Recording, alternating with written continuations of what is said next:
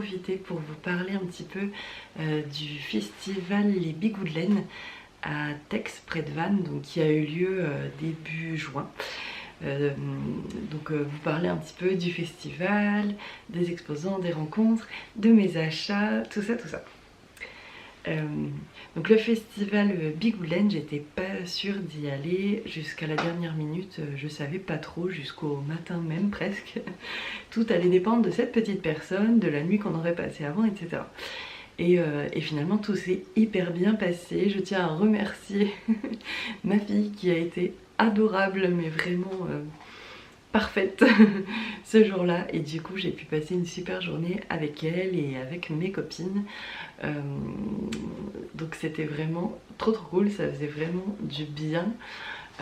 Et c'est un festival auquel j'avais hâte d'aller parce qu'il y avait plein d'exposants que je voulais voir en vrai et qui, j'ai l'impression, ne font pas forcément énormément de festivals. Après moi j'en ai pas fait beaucoup, j'ai fait qu'une édition du CSF et c'est tout. Mais voilà, donc j'avais envie de voir tout le monde, hein, mais les deux principaux, je pense que j'avais vraiment hâte de voir, c'était Célène et Madeleine et Philibert.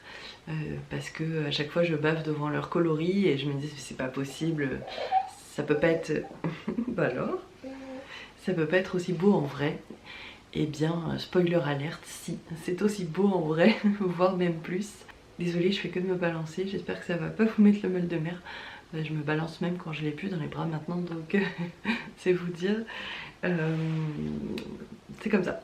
Donc quand je suis arrivée sur le festival, c'était vraiment blindé. Je pense qu'il était 11 h à peu près. C'était bien plein.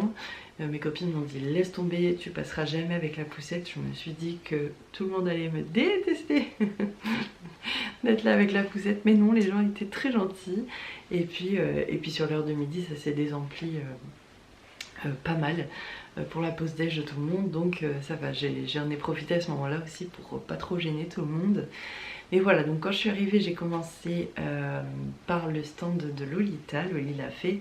Je voulais commencer par elle, déjà parce que c'est une copine et que j'avais hâte de lui présenter la puce, et aussi parce que je voulais lui acheter de la laine et je savais déjà ce que je voulais, donc je me suis dit avant de plus avoir de budget je fonce chez les copines. Donc je vous en ai parlé, je crois, j'ai 2 naissances à venir. Donc il y a une petite fille de mon entourage qui va naître début septembre et un petit garçon début octobre. Donc je voulais acheter de la laine pour leur faire des gilets de naissance. Et donc j'ai pris 4 pelotes de sa Merino DK dans le coloris sable. Donc c'est un crème comme ça. Et en fait ce que j'avais pas spécialement repéré, pourtant elle l'a dit, c'est qu'il y a des sous-tons roses. C'est très léger, vraiment très léger. Mais c'est vrai qu'ils sont là. Donc je vais vous montrer, j'ai commencé le projet. À la base c'était censé être pour le petit garçon. Et donc j'ai pris le patron de Petite Knit qui est le Anna Summer Cardigan. Normalement c'est un patron avec plein de petits jetés comme ça fait plein de petits trous partout sur le devant puis sur les manches et sur le dos j'imagine, je sais pas. Et donc je voulais juste prendre ce patron de base et faire que du jersey pour un petit garçon, voilà. Et en fin de compte, effectivement, on voit un petit peu les sous-tons de rose et maintenant du coup je l'imagine plus pour la petite fille. Sauf que pour la petite fille, jersey tout simple, ça me plaît moins. Et j'ai pas envie de détricoter, franchement la flemme, et je peux pas refaire les petits trous. Donc je suis en train de réfléchir à comment pimper un peu la chose, et j'ai des pistes. Et je pense que je vais utiliser par-ci par-là le point cœur, qui est le point velvet que vous retrouvez sur la collection Velvet de Loli l'a fait. Donc je pense que je vais faire quelque chose comme ça, peut-être à ce niveau là un petit peu, ou peut-être le bas du pull ou des manches, je sais pas. On va voir, mais je vais pimper un peu ce gilet, je vous en reparlerai.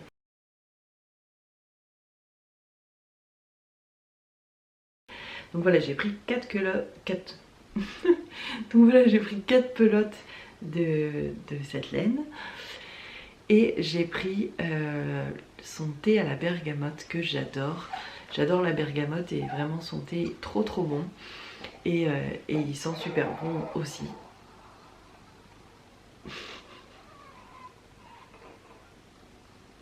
Ok. Vous avez autre chose à dire, mademoiselle? Ça va aller? Ok. Donc voilà, donc ça c'était pour le stand de Loli l'a fait. Je profite pour faire une aparté. En fait, quand j'étais sur son stand, il y a l'une d'entre vous, dont je ne connais pas le nom, qui était juste derrière moi sur le stand de Yarneline. Je pense qu'elle se reconnaîtra, mais à tout hasard c'est une dame un petit peu blonde avec des cheveux un petit peu ondulés, et je l'ai aidée à choisir des couleurs de laine. Voilà. je pense que tu te reconnaîtras. Bref, c'est la première personne qui est venue me saluer du coup, et ça m'a fait hyper plaisir. J'étais très gênée.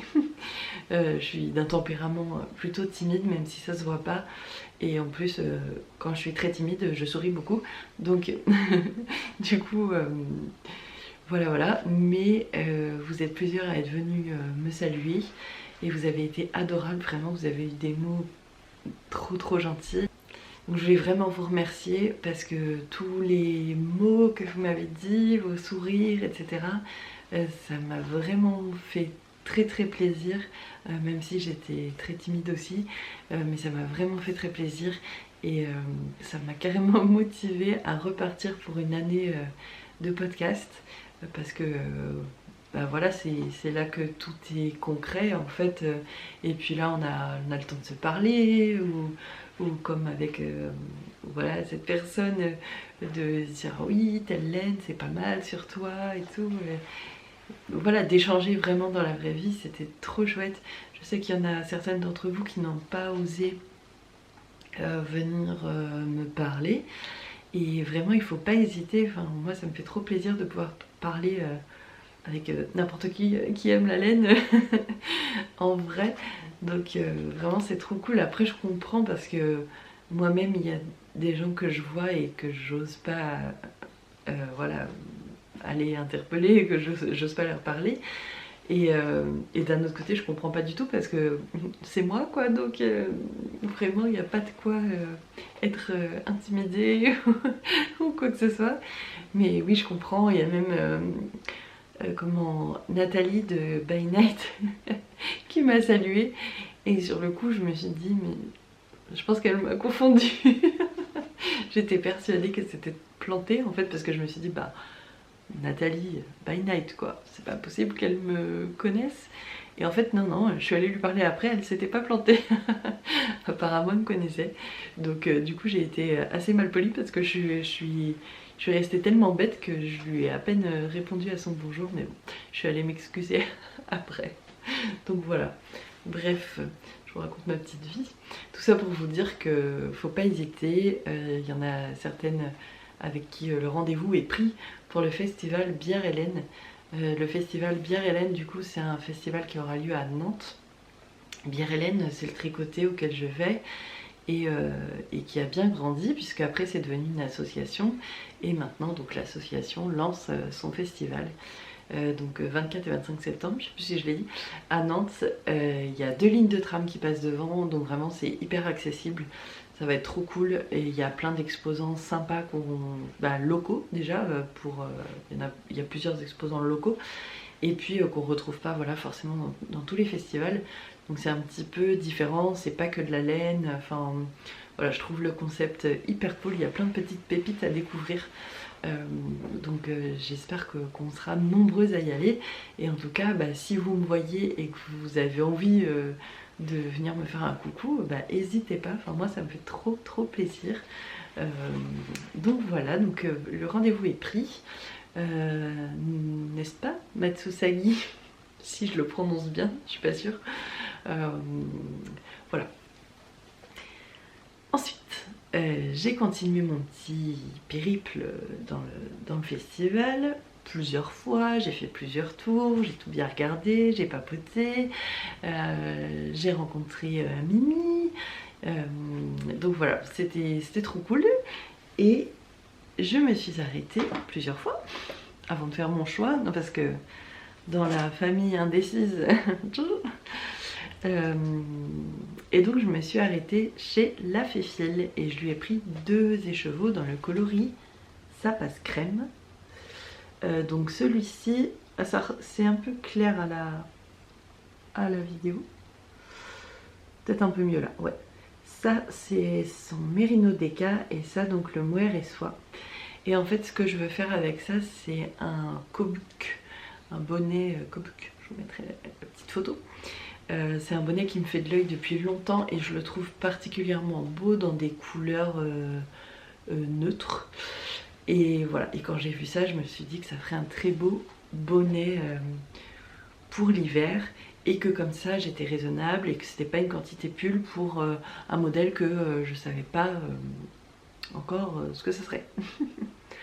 Donc là c'était le moment du festival où je me suis dit ça va, t'es raisonnable et en plus tu sais quel projet et en plus c'est un projet qui peut être relativement vite fait et que t'es à peu près sûr de faire. Donc très bien, puisque pour celles qui sont là depuis longtemps, vous savez que j'ai pas de stock de laine, que j'aime pas avoir du stock. Actuellement j'ai 2 quantités pulls, basta, le reste c'est des restes justement. Donc jusque là tout allait bien. Ensuite j'ai continué mon petit tour, j'ai été forte, j'ai résisté et puis sur le stand de Célia, donc pelote et bergamote, je savais aussi que je voulais prendre des aiguilles Xiaogu en 2,25. Il n'y avait pas. Bon bah j'ai pris en 2,5 parce qu'en fait je voulais acheter celle-ci parce que j'ai des petites circulaires et ça m'allait pas. Donc la chaussette que j'avais emmenée pour tricoter ce jour-là, je m'étais dit je l'emmène, j'achète une aiguille chez Célia et puis je change et comme ça je pourrais tricoter ce jour-là. Bon, j'ai rien tricoté ce jour-là. J'ai fait que de papoter, m'occuper de ma fille, parler avec les copines, bref, j'ai pas du tout tricoté, pas une seule maille je pense. Et en plus, il me fallait du 2,25 qui avait que du 2,5. Mais c'est pas grave, j'ai pris 2,5. Et puis j'ai aussi pris ces petites aiguilles qui en fait ont un bout incurvé. Et vous me direz à quoi ça sert? Eh bien, je ne sais pas. Je sais pas vraiment ce que ça change. Mais je sais que j'en ai essayé il y a longtemps, au tout début où je suis allée au Bière Hélène. Je me demande si c'est pas Justine qui en avait ou... je sais plus.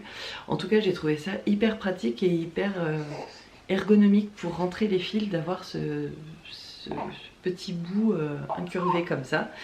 Et c'est pas facile à trouver, j'en avais déjà cherché, j'avais pas trouvé. Et donc voilà, je suis très contente d'en avoir trouvé. Elle en a sur son site si vous voulez commander. Moi je trouve ça hyper bien. Donc j'étais très contente de ça. Et là, je me suis dit, c'est nickel, j'ai plus besoin de rien. Bon. On a refait des tours et des tours avec les filles et j'étais sur le point de partir quand elles ont dit « Ah, je vais acheter un kit à chaussettes chez Célène, j'en ai vu, ah oui, moi aussi, bon bah je vous accompagne. » Donc je les accompagne et je me dis non, non, non, des chaussettes, encore des chaussettes, je les mets pas trop, non, je prends pas, je prends pas. Et puis là, au loin, j'ai vu une couleur. Et je me suis dit, cette couleur-là, ça fait longtemps que je la cherche. Et là, elle est vraiment parfaite. C'est exactement ce que j'avais en tête. Mais je me suis dit, non, sois forte. Bon, bah, je n'ai pas été forte. Parce que moi, je fais pas des nuits complètes. J'étais fatiguée, vous voyez. J'ai cherché toutes les excuses du monde. Et donc, alors que j'aurais dû être partie et rester sur une journée raisonnable, eh bien, patatras, j'ai acheté une quantité pull chez Célène qui m'a convaincue avec un très bon argument qui a été ce qui se passe au Bigoudelaine reste au Bigoudelaine.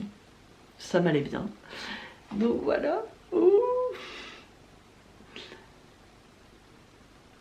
Là vous le voyez peut-être un peu clair, c'est le coloris azurin. C'est trop beau. peut-être un peu mieux là. Ouais, vous voyez ce bleu là? C'est un bleu gris, un peu. Oh, trop beau. Ouais. Voilà. J'avais été raisonnable, j'étais à ça, vraiment à ça de rester raisonnable. Et là sur la fin, j'ai craqué totalement, paf, quantité pull. Bon, et le pire c'est que j'ai pas de modèle en tête. Mais c'est vraiment une couleur que je recherche depuis quelques temps, je sais pas pourquoi, ça fait peut-être 1 an ou quelque chose comme ça que je l'ai en tête et que je veux me faire un truc avec, comme un truc avec un tout petit peu de dentelle, très féminin, ou peut-être juste un rosade longue avec Anna, ou... Vous voyez, un petit truc comme ça, je sais pas trop encore quoi. Mais voilà, donc j'ai craqué totalement chez Célène, mais en même temps c'est tellement beau ce qu'elle fait. Et encore, je me dis finalement j'ai été raisonnable l'un dans l'autre, parce que franchement, il y avait tellement de choses que j'aurais voulu acheter, mais c'était magnifique. Son travail est magnifique, cette personne est adorable. Franchement je suis trop contente de l'avoir vue. C'était vraiment la personne où quand je regardais son compte Etsy, je me disais mais c'est pas possible, c'est pas... Il y a du trucage, ça peut pas être aussi joli que ça. Eh bien si, c'est vraiment aussi joli, voire même plus. Elle fait un travail vraiment de fou, quoi. J'aime trop ce qu'elle fait. Donc voilà, j'ai fait le tour de tous les petits achats. J'ai pas non plus été voilà, disproportionnée. J'ai de quoi faire un bonnet, des gilets. Les gilets de naissance, je pense que ça compte pas vraiment parce que c'est pas pour moi. Et puis bah, un pull, quoi. Ouais. Donc voilà, je pense quand même que j'ai été plus ou moins raisonnable. Donc voilà, c'est mes petits achats au Bigoudelaine. C'était un festival très sympa, en tout cas j'ai passé une excellente journée. C'est trop cool de voir tous ces exposants, de voir toutes les copines d'un petit peu des 4 coins de la France rassemblées là. J'espère revoir plein de monde en septembre au Biarlaine du coup. Ce sera l'occasion de réfléchir à tous nos projets d'automne, n'est-ce pas? Donc là j'ai l'été pour vite tricoter tout ça, histoire d'avoir une excuse pour refaire les stocks en septembre. Sur ce, je vous laisse et je vous reprends plus tard.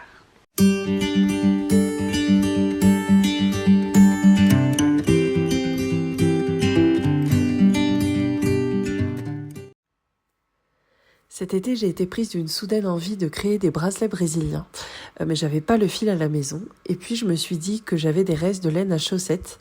Donc ni une ni deux, je me suis lancée. Marcus a choisi ses couleurs et voilà ce que ça donne, son petit bracelet. Ça m'a tellement plu que j'ai décidé d'en réaliser plein d'autres et je me suis demandé ce que ça pouvait donner avec de la laine autorayante. Là, je tricote une paire de chaussettes pour l'anniversaire d'une petite fille fin juillet et donc on va voir ensemble comment je lui tricote le bracelet assorti pour qu'elle puisse porter cette belle laine dès l'été. Donc j'ai commencé par découper les rayures. J'ai laissé 10 bons centimètres, fait un nœud et j'attache le tout avec une épingle à nourrice sur le dos d'un coussin. Ensuite, je répartis les fils tout en respectant l'ordre des rayures. Ici, j'utilise le coloris du bruit des aiguilles du Club Mystère de juillet 2022. Ensuite, c'est très simple, je vais travailler mes fils les uns après les autres. Donc, je commence avec le premier fil sur la gauche. Et pour chaque fil qui va suivre, je vais faire 2 nœuds. Donc là, j'ai fait 2 nœuds sur le fil bleu. Je prends le fil suivant, je fais à nouveau 2 nœuds. Et ainsi de suite, toujours avec le même fil, donc qui était le premier fil sur la gauche.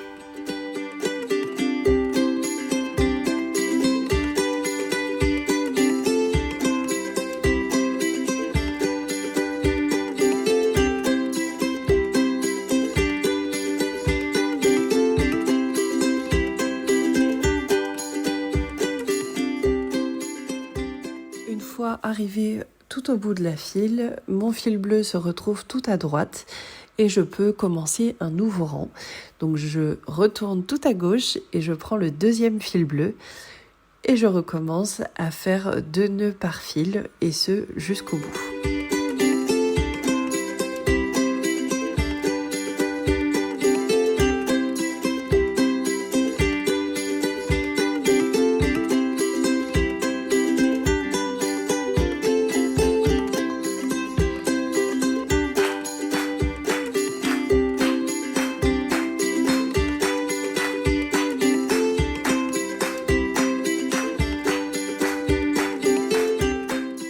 Voilà ce que ça donne une fois que j'ai répété chaque rayure. Il n'y a plus qu'à continuer. Une fois la longueur du tour de poignet atteinte, je vais venir créer des petites tresses de chaque côté. Donc là, j'avais déjà fait une partie et puis de l'autre côté, j'ai défait le nœud du début et je vais faire la deuxième partie. Donc c'est tout simple, je divise mes fils en deux et puis je vais venir tournicoter vers la droite chaque côté.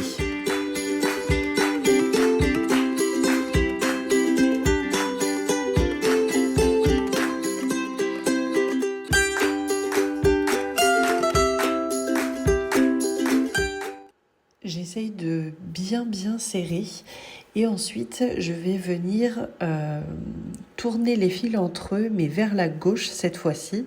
Donc ça a tendance à se défaire un petit peu, donc n'hésitez pas à resserrer chaque fil vers la droite. Et voilà, on fait ça. Et ensuite, quand on a atteint une petite longueur, on peut faire un petit nœud tout simplement.